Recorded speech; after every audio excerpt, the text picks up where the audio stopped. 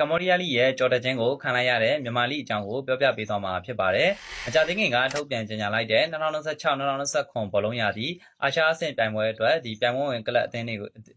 ကိုကြေညာခဲ့ပါတယ်။ဒီလိုနေထားမှာမြန်မာကလပ်အသင်းအနေနဲ့ကတော့အာရှရဲ့အဆင့်နှိမ်ဆုံးဖြစ်တဲ့ AFC Challenge League ပြိုင်ပွဲကိုကျွန်တော်တို့ဓာတ်ရိုက်ဝင်ရောက်ခွင့်အောင်မရရှိတော့ပါဘူး။ Play-off ကနေစတင်ကစားရတော့မှာပဲဖြစ်ပါတယ်။အာရှအဆင့်ပြိုင်ပွဲတွေမှာကျွန်တော်တို့ပြိုင်ပွဲကကျွန်တော်တို့3ခုထိရှိပါတယ်ပထမဆုံးအဆင့်မြင့်ဆုံးပြိုင်ပွဲကတော့ကျွန်တော်တို့ AFC Champion League Elite ဖြစ်ပါတယ်ဒုတိယပြိုင်ပွဲကတော့ AFC Champion League 2ပြိုင်ပွဲဖြစ်ပါတယ်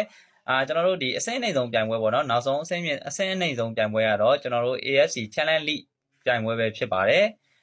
လာမယ့်ရာသီအတွက်အာရှအဆင့်ပြိုင်ပွဲတွေမှာအာဆီယံ17နိုင်ငံကကျွန်တော်တို့ slot ရရှိမှုတွေကိုထုတ်ပြန်လိုက်တဲ့အခါမှာထိုင်းနိုင်ငံကကျွန်တော်တို့ slot 4နေရာအထိအများဆုံးရရှိခဲ့ပြီးတော့သူ့ရဲ့နောက်မှာတော့မလေးရှားရှိမယ်ဗီယက်နမ်စင်ကာပူကမ္ဘောဒီးယားအင်ဒိုနီးရှားဖိလစ်ပိုင်တို့က2နေရာစီရရှိထားပါတယ်အဲ့ဒီနောက်မှာတော့မြန်မာလာအိုဘရူနိုင်းနဲ့တီမောတင်းတို့က1နေရာစီရရှိထားတာပဲဖြစ်ပါတယ်ဒီလိုအနေထားကိုကြည့်မယ်ဆိုရင်ကမ္ဘောဒီးယားလိကကြတော့ကျွန်တော်တို့ AFC Champion League 2ပေါ့နော်အဲ့ပြိုင်ပွဲအတွက်ကျွန်တော်တို့က slot 2နေရာထိရရှိထားတယ်ဗျတနေရာကြတော့ကျွန်တော်တို့ဓာတ်ရိုက်ဝင်ခွင့်ရရှိထားတယ်နောက်ထပ်တနေရာကြတော့ကျွန်တော်တို့ Play-off ကနေစပြီးတော့ကစားရမှာဖြစ်ပါတယ်ဟုတ်ဒီလိုအနေထားကြီးကြည့်မယ်ဆိုရင်တော့ကမ္ဘောဒီးယားလိကတော့ကျွန်တော်တို့ဒီနောက်ပိုင်းဒီနှစ်တွေအတွင်းပေါ့နော်အမြန်ဆန်စွာနဲ့ပေါ့နော်ကျွန်တော်မြန်မာ National League ကိုကြော်တက်သွားပြီပဲဖြစ်တယ်လို့ကျွန်တော်တို့ယူဆလို့ရပါတယ်အခုလိုချင်နေရလဲအထူးဆန်းကြီးတော့မဟုတ်ပါဘူးဘာလို့လဲဆိုတော့ဒီ AFC Challenge League ပြိုင်ပွဲမှာပေါ့နော်ကမ္ဘောဒီးယားကလပ်အသင်းဖြစ်တဲ့ကျွန်တော်တို့ Survey Ring ဆိုတဲ့အသင်းကကျွန်တော်တို့2နှစ်စလိုက်ရှိပြီပေါ့နော်မနှစ်ကလည်းကျွန်တော်တို့ final ကိုတက်ပါတယ်ဒီနှစ်လည်းကျွန်တော်တို့ final ကိုတက်ပါတယ် final ကိုကျွန်တော်တို့ Kuwait FC အသင်းနဲ့ပေါ့သူတို့ရှင်ပြိုင်ကစားဖို့ရှိပါတယ်ဒီအခြေအနေတွေကိုကြည့်မယ်ဆိုရင်တော့ကမ္ဘောဒီးယားလိရဲ့အဆင့်တန်းကတော့ကျွန်တော်တို့များစွာတိုးတက်ပြောင်းလဲနေပြီလို့ကျွန်တော်တို့ယူဆလို့ရရတယ်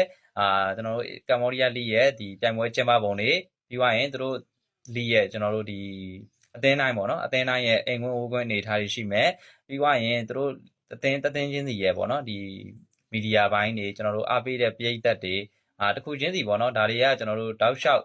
ကမ္ဘောဒီးယားလိကပြောင်းလဲတိုးတက်နေတာကိုကျွန်တော်တို့အရင်တည်းကကျွန်တော်သတိထားမိတယ်ဗျအခုဆိုရင်တော့ကမ္ဘောဒီးယားလိကကျွန်တော်တို့အနေအထားတစ်ခုကိုရောက်ရှိသွားပြီပဲဖြစ်ပါတယ်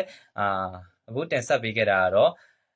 ကမ္ဘောဒီးယားလိရဲ့ကြော်တက်ချင်းကိုခံလိုက်ရတဲ့မြန်မာ National League အကြောင်းကိုပြောပြတင်ဆက်ပေးခဲ့တာလည်းဖြစ်ပါတယ်အားလုံးကိုကျေးဇူးတင်ပါတယ်နောက်ထပ်ဗီဒီယိုတွေမှာထပ်ပြီးတော့ဆုံတွေ့ကြပါမယ်